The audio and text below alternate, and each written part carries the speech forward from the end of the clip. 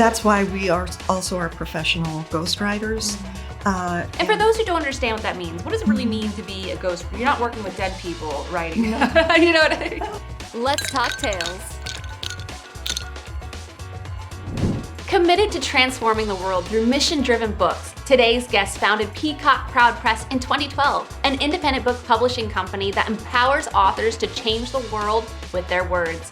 With a PhD in English from Arizona State University and over 35 years of teaching people how to write, her team of professional ghostwriters, editors, book designers, and publishing experts work with sought-after speakers, entrepreneurs, corporate and community leaders, and memoirists who write and publish high-quality nonfiction books. It's Laura Bush. How are you doing today? I'm doing great, Taylor. I'm so glad to be with you. I'm so happy you're here. Yeah. I would love to know the tale behind your business name, Peacock Proud Press. Why Peacock? The name Peacock Proud comes from my love of Flannery O'Connor's love of peacocks. So she was a fiction writer, and she had peacocks in her stories. They symbolized either the universe when they transformed in like this, and it also had Christ-like kind of implications, but they're just beautiful exotic birds. And I love them and fell in love with them. And so my business started out Peacock Proud. It is Peacock Proud LLC. And when I started adding publishing services to my business, it was a book writing and editing business. And then over time, it became a publishing business too. So then it became Peacock Proud Press. What made you decide to make that transition or continue, the journey, I guess, when it comes to writing a book to the whole publishing side of it? I was working with, so I knew my strengths, and that was writing, editing. And I did a lot of book coaching with people. And then I started partnering with an independent press because I knew that people didn't want to just write a book. They actually wanted to be published. And I didn't know the ins and outs of assisted self-publishing. And so I had to learn with a partner for a while. And then there came a point at which I knew I could do it. We could do it, my team, ourselves. And we just took that part on. And now we're a full service business from writing, editing, and publishing. That's excellent. That's Yeah. excellent. So did you always grow up, as a little girl saying, one day I'm going to be an author and help other people become authors? Or, tell me a little bit about your personal tale. I think I always grew up wanting to be a teacher. And I ended up knowing that I was good in English. And so I have a bachelor's degree, a master's degree, and a PhD, all in English. And so I never thought I would be growing up to be helping people write books. But then I wrote my dissertation became a book after I finished my PhD in May 2000, which is fantastical to me to think that it's 25 years since I earned that PhD. Right. And then I left the university and started a business, and it was a book writing business at that point. So that's kind of the story of that. But it was a long and challenging journey. Right. I know we always make it seem so simple when we talk about an entrepreneurial or business owner journey, but it's never, ever, ever that simple. Right. Yeah. And so a lot of times I'll ask people, if they were to write a book, what would be the title of that tale? However, you have actually written books. So tell me, what are some of the titles of the tales, and tell me a little bit about the books that you have written.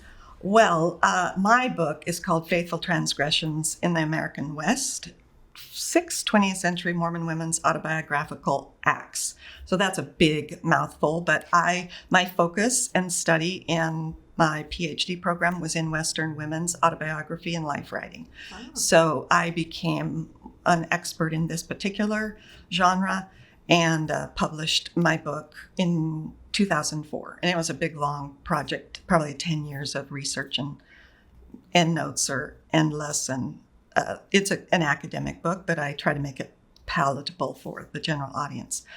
So that was my one and only book. Well, I have another little book, but now I have all these baby books that I've given birth to. And I do think of them as like little gems or darlings that we're really peacock proud of ourselves. We're interested in having high quality books. I'll just show you one. Here's on the top. Luck Follows the Brave by Ada Civic. She was a refugee, and her book is about the subtitles from refugee camps, abuse, and suicide loss to living the dream. So she was a refugee from an Eastern Bloc country, Bosnia, and she came to us with a manuscript. So different books come to us. A lot of people come to us with manuscripts, but many are wanting to write it. And her journey is absolutely amazing, to live the American dream. And that one's really inspiring to me in particular. And then we get people like Dr. Peggy Doherty DeLong, Feeling Good, 35 Proven Ways to Happiness, Even During Tough Times. She did this around 2020, and she's been really successful. Wow, what a good timing, 2020, during tough times. And that's really research-based also, but not all of them are. So why do you feel so drawn towards nonfiction publications versus fiction publications? I think because I studied and enjoy nonfiction. Memoirs is one of my great loves. I'm more interested in real life stories than fiction, although I've read hundreds, maybe thousands of fiction, short stories and novels. But for me, myself, I was drawn to people wanting to write about their life and change the world with words in that way.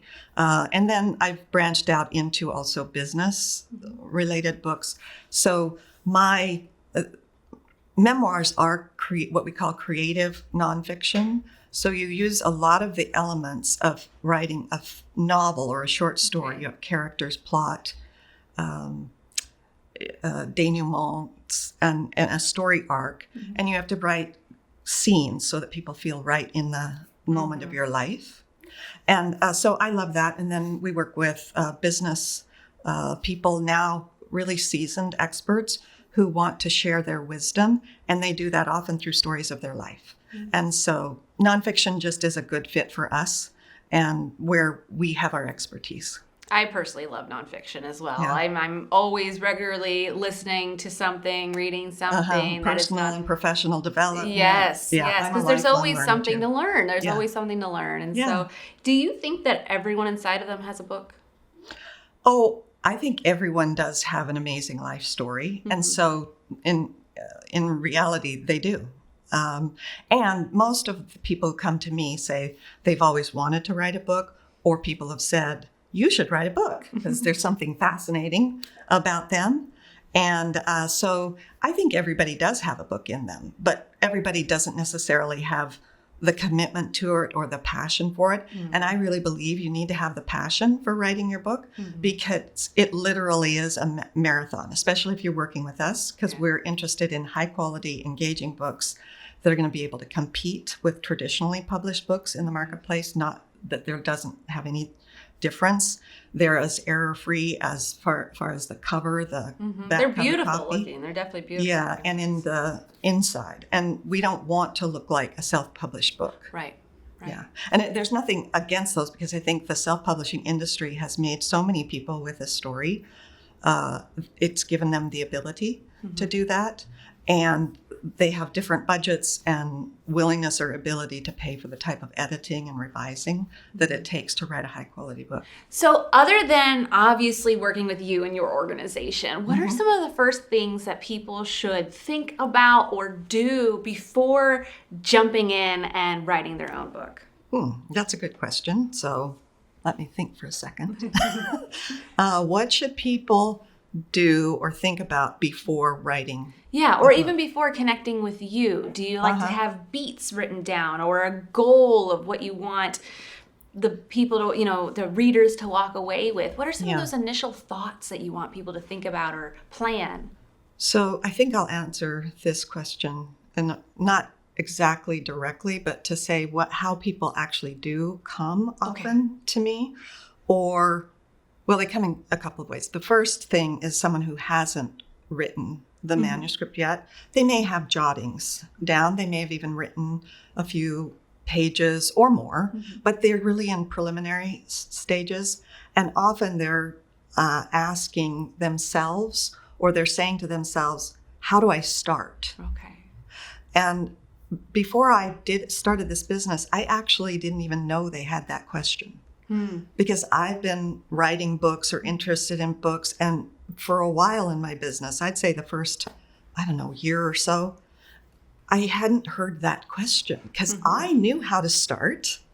Right. It wasn't my question. And then I kept coming on to talking with people, how do I start? So what I think is in people's heads, kind of, if they're thinking about writing a book, and I'm trying to answer your question here, what advice would I give them?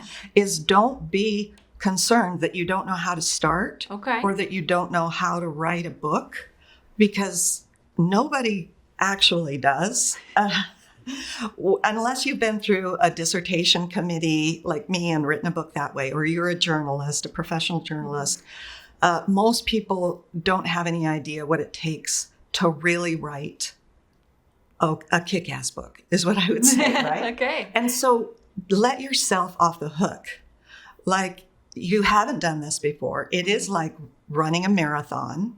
Most people haven't run a marathon before. So just let yourself be okay that you don't know.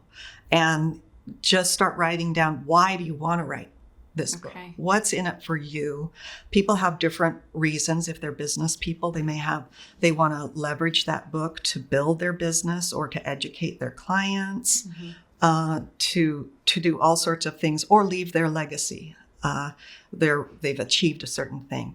Memoirists often have some compelling experience that they've had in life. We're just finishing a book about adoption, another one about interracial relationships.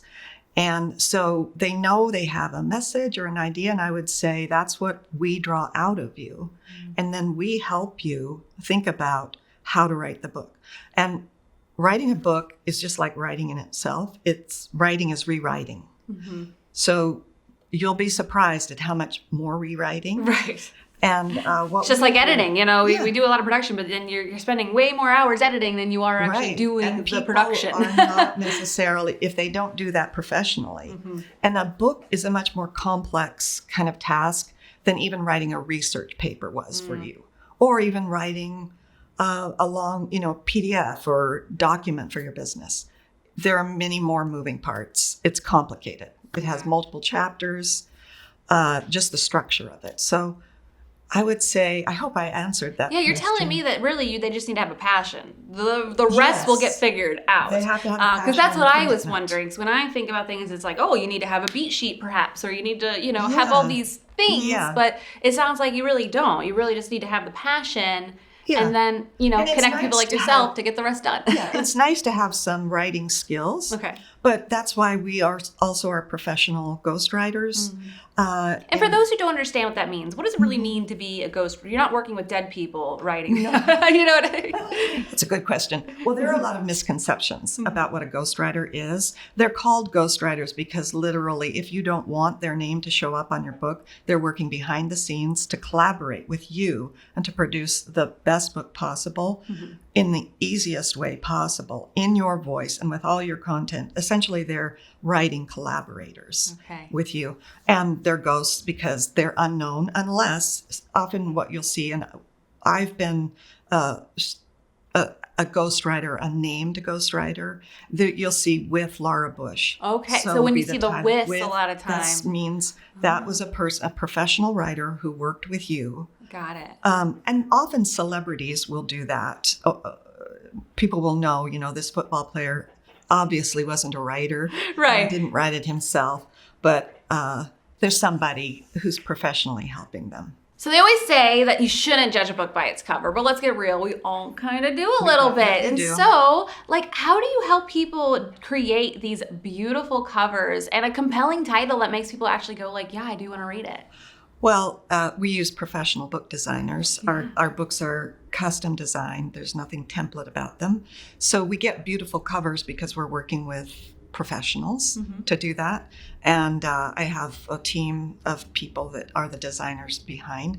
And there's actually a process that we take people through so that they get the book cover they want to. So all our authors have input into the design. And so we have a questionnaire asking them about brand colors if they have them, or we'll know that there's imagery in a book that might be on the cover. So we're working with them back and forth. The title is actually something I always tell people, we're just working with a working title as we're writing the book. Sometimes there's an obvious great title that comes out, but often the title occurs for me and the author. I work a lot on titles because it's high value copy. Yeah. It Well, is and it's the like I marketing. said, people do judge it by Yeah. the title. You know, when we're doing videos and we're getting them, you know, search Right. engine optimized on YouTube, it's like you have to have a good title. Yes. It's one of the top reasons why people are clicking on it or people are choosing to purchase. Exactly. So I work pretty hard on getting a great title, and I have editors giving me suggestions, but it's a lot of the titles are down to me. Dr. Peggy Doherty, she came up with this title. Okay. And so did Eric, The Cure for Stupidity, using brain science to explain irrational behavior at work. Okay. The He Cure for was the hook Stupidity. I kind of behind want to look at that one. Yeah, brain science. And he's done really well in his career, speaking career. He's Okay. getting, he's done amazing with this book to really forward his message and what he means by the cure for stupidity. So sometimes people will come and they will themselves be good marketers of it, but mostly that's what we're doing. It's marketing language as much as anything. And so then once someone has a book published with you, like, do you help them market it or what's the next step beyond that? We help them have a great book launch. So we know how to achieve, if they follow what we say and really do the work, achieve a best-selling status on Amazon, because you really want that for SEO. It's like when people are looking for that topic, your book will come up. Right. And it's just great to say that I have a Yeah. bestseller. I have a bestseller. Like, You know, I it's just really like when put you into win an this. award, even Yeah. if the award's, you know, XYZ small group, you're still Right. like, we are an award winning. Exactly. And so what we want to do, though, is have people be really proud of that book and be able to market it. And I'm forgetting the question, the title. There was a question I wanted to answer. Yeah. How do you help them come up with a compelling title? We And talked then about after, Yes. do you And then market after, it? do you market? Okay, so what I wanted to talk about is you as an author are actually the best marketer of your book. You are that book. Right. And so we set you up with the kind of marketing collateral. This is the collateral. Marketing your book. Yes. It is. This is the best marketing tool you'll have. That title, my goodness. This is our most recent book. And then Hunting for True Wealth, Stories and Wisdom from a Big Game Hunter, Entrepreneur, Mayor, and Family Man. Oh, wow. So this is the thing that these men are using to market their services or to get speaking opportunities or to just pass on their You wisdom. know, I always hear that, like how good it is to have a book as collateral, like Yeah. when you are speaking, to then be able to give them something Yes. tangible. Yeah. And when you're speaking, you can only tell a couple of stories or Right. only give a little bit of advice. And so you're giving people value when you're speaking, but then they can find out more in your book. And also if you're working with people, then they can consult with the book. Yeah. But this is a piece of marketing collateral. It's called a book. It's the best. People call them big business cards. Yes, very I big think of business them cards. as even more than that. But we don't help them beyond the launch. I check in with them. I've given them lots of ideas about how people market their book, about how authors, and there are a million ways to do it. But we want to set them up for success. So we work with them on this description. I'm intimately involved. The author bio. This is a short one. There's a long one inside. So, and we have a particular look and feel for our books too. So we want to try to highlight the author themselves by giving them a great headshot, working with them on that. So we just have a way of trying to really spotlight the author on the back. That's awesome. That's so good to do. I love that. Yeah. And, you know, sometimes, you know, this is Tales of Taylor. I like to get a little punny. What's your favorite animal with a tail? My favorite? Oh, a dog, for dog. sure. Team dog. Yeah, Okay. I know. You're a cat person. I'm team cat, but that's okay. I like visiting dogs. I like being like an aunt to a dog, you know, just Yeah. you get to play with it a little bit, and then Yeah. once it poops, you don't tell the parent, hey, it Yes, poops, you know. that's kind of how I am with cats. Okay, there we go. There's a kind of a mystery about cats and a kind of, I may or may not want to be with you now. Yes. Whereas I love the unconditional love of dogs and they always want to sit on your lap. Yeah. Right. That's okay, though. I think of cats as sophisticated animal persons. Right, that's why I almost thought like you'd be Yeah. a cat, but Yeah. that's okay. Dogs are fun too. I won't let you go on that. I It's like my okay. friendly dogs. Yes, that's very nice. So someone has the passion, they're ready to write their book. How do they get a hold of you? They will go to my website, peacockproud.com, and there's a big button that says schedule an appointment with me. And they do that whether they're wanting to write a book or wanting to publish, because that's another service. We help writing, editing, and publishing process. Okay, so I could come to you with a written book that's already, been edited and everything, a manuscript, and you can actually just help me with the publishing side of it? Yes, it may have to go through more editing before we accept it. Before we you don't approve accept it, every manuscript. Yes. But yeah, we're not just about helping people write a book, but we love doing that. And our ghostwriting services are premium services that really help people do it within a year. And so they can get a hold of us on the website or just email me at laura@peacockproud. Excellent. Now tell me too, what's the favorite tale that you've ever read or heard? So what's your favorite book or favorite movie? Well, I love Toni Morrison's Beloved. And I think it's a beautiful story. Some people might not enjoy it because it's what we might call postmodern. So the writing is not just linear and straightforward. So it takes some effort, but the joy of it is quite remarkable. And that's one of my favorite books.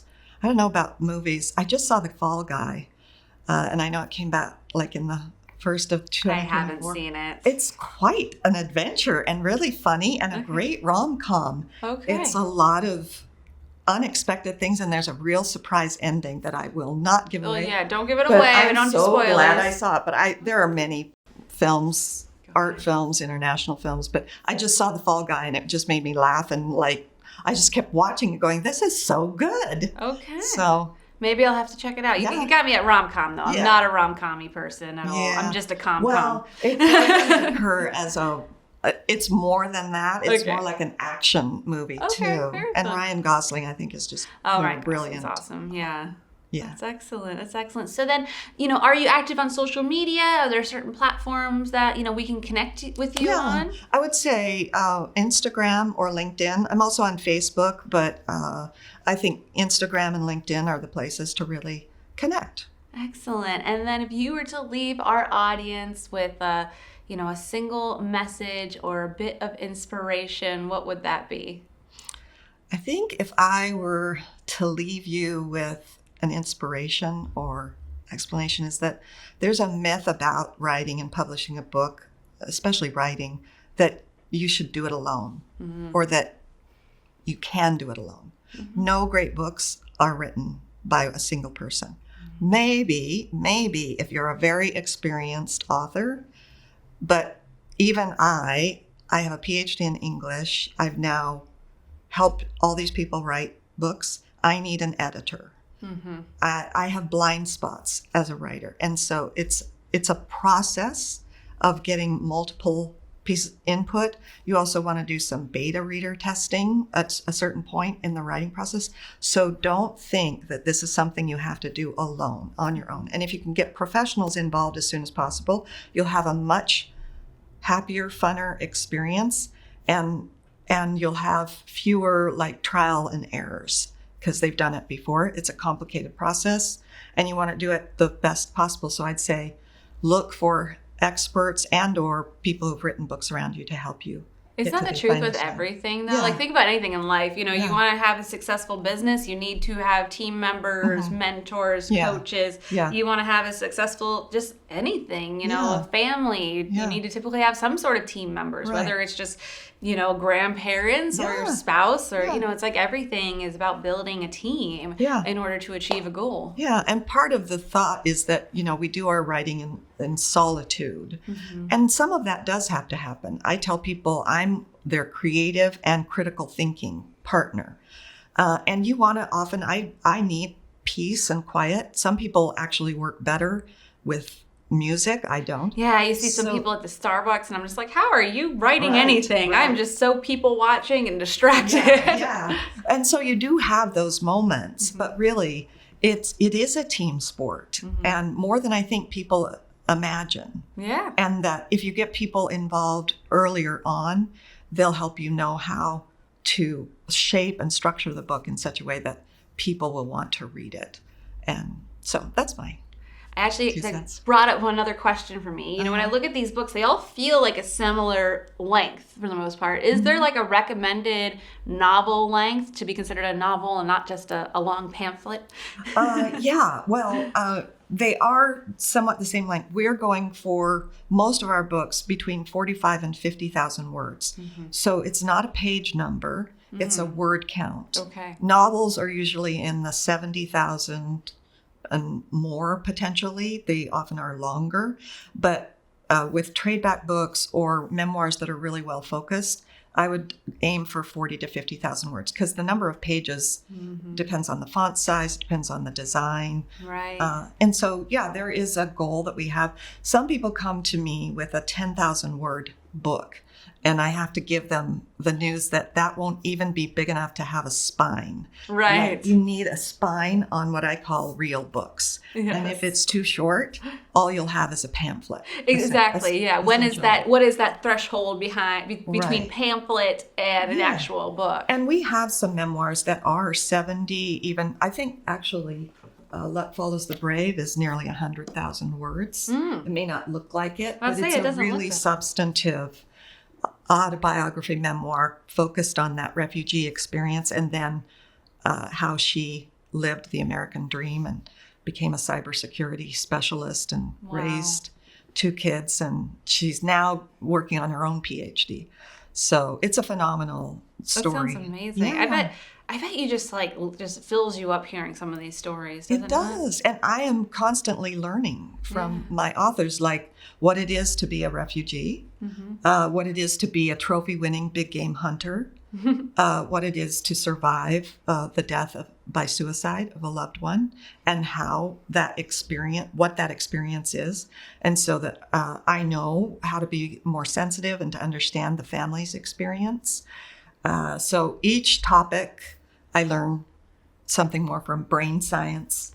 And it sounds like it's all walks of life. You know, you're not just in one demographic of only like women entrepreneurs, only, successful men or anything. Yeah. It sounds like it's, a very eclectic group of people you work with. I think that what I know for myself, and this is just because I have this commitment in the world, is these are people who want to change the world with words.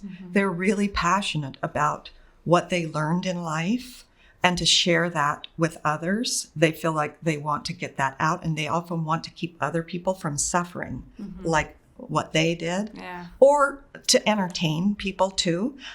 In the case of Dave Young, who's also the mayor of Orem, Utah, he's a trophy-winning big game hunter, a very successful financial advisor, and he was telling these big game stories to people because he does, like the stories in this book are fantastical. And then he makes analogies between giving a financial advice or doing well financially and doing well in your life. There's a particular kind of true wealth that he does, but I learned all about big game hunting. And I'm a topic Now, I grew up in Wyoming, and my dad was a hunter, but not a trophy-winning big game hunter. Yeah. But why would somebody do this, and why would this be fulfilling and compelling? And I had many people who were non-hunters read that and give reviews that, wow, I was entertained. I had a great time reading this book, and I never thought I would, you know. And there were times when I was like going, oh, don't tell me, oh, you're going to kill this beautiful animal. But, he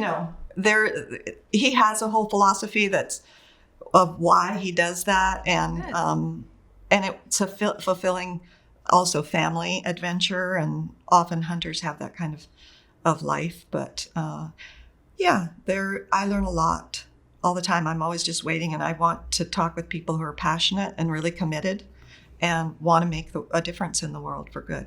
That's excellent. That's so cool. I think that similarly doing video marketing, you get to work with so many different types of people from so many different backgrounds with different viewpoints, and you get to learn a lot of things along the way. And it sounds like you get to have that opportunity with your books too. And so since 2012, how many books have you helped write or publish? I don't know the number of books I've helped write. I think that would probably be now in the hundreds. Okay. But I want quality over quantity with my publishing business. So we're up to about 30 books over that time. Keep in mind that I only started publishing about in 2014. Okay. So those are the books that I count to. There are some, but I'm really interested in quality over quantity. So we publish maybe 3 books a year. Okay. And we can take on more. And I'm just really committed to, these are gems. These are my legacy too. And that these will really empower the authors in such a way. So but I've run many, many retreats. I've coached many, many people who either went on and didn't finish the book, which is sometimes a heartbreak to me. And also why we're beginning to do. Why do you think that happens? Why do you think people stop? Because they think they can and do it on their own. And it takes them so long something will happen in their life or they'll get stuck. And this is why I've actually moved to more ghostwriting, because I know we can finish their book with them in a year. I can guarantee that. I can't guarantee a person who only does it themselves, because there are many things that happen in people's lives. They get discouraged or they get stopped, even into the editing process, So I have worked people through that process. And sometimes that's a 2-year process. But, it is a heartbreak for me. They just get stopped. And I've had people get stopped and then restarted them and helped them finish. Okay. So we're really interested in helping people finish their book. But it's a journey. And you mentioned that when you're the ghostwriter, it could take about a year or so. So what would you say would be like the average, or if you even have that information, of if someone were to try on their own versus what's your average turnaround time of helping someone? So it can be years, literally, if someone starts to write a book. And it very much varies depending on their life circumstances. Something might happen in their life and they get stopped. But for us, we guarantee we'll get it done in a year. And so we pace ourselves. We know how to get the you content. Guarantee it in a year? Yeah. Oh, wow. We do. Okay. And they're not published yet, but the manuscripts will be complete. Yes. And there's a way in which we could probably do it faster, 9 to 12, but I don't like to push it because... You said you're about, quality over quantity. Yes, so. And we're working with them and other clients. So if they were our only client, we could maybe push it faster than that. But it allows them some time to percolate. Like there are times when you just want a book and a manuscript to sit for a while and come back to it, but not to wait too long. So when I started my business, I had a business coach or two that thought I could help people write a book in 3 months. Oh. And knowing how long it took me to write my book, I was really skeptical. But I was naive in one sense, and I thought, well, maybe business books, I'll try. I soon learned that's like they'd never helped anybody write a book. And yes, they'd written a book, maybe themselves, but it wasn't that great of a book. So when people say they write it in 3 months, I'm really skeptical about the quality. Writing is rewriting. And that's just the reality of it. Sometimes it's literally your intellectual property that you're getting down on paper. And being on the stage even is different from writing on the page. You have to be much more precise on the page than on the stage, because you're seeing their response to you. You're seeing where they don't understand, or you're responding, or you can fill something in.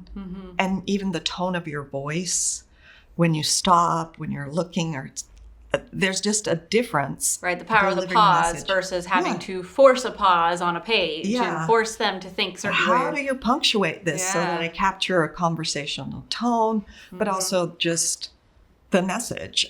So it has to be much more precise for readers, because you can't follow a reader around and say, did you get that? Did you understand? Right. And that's what we're for. Like, this is unclear.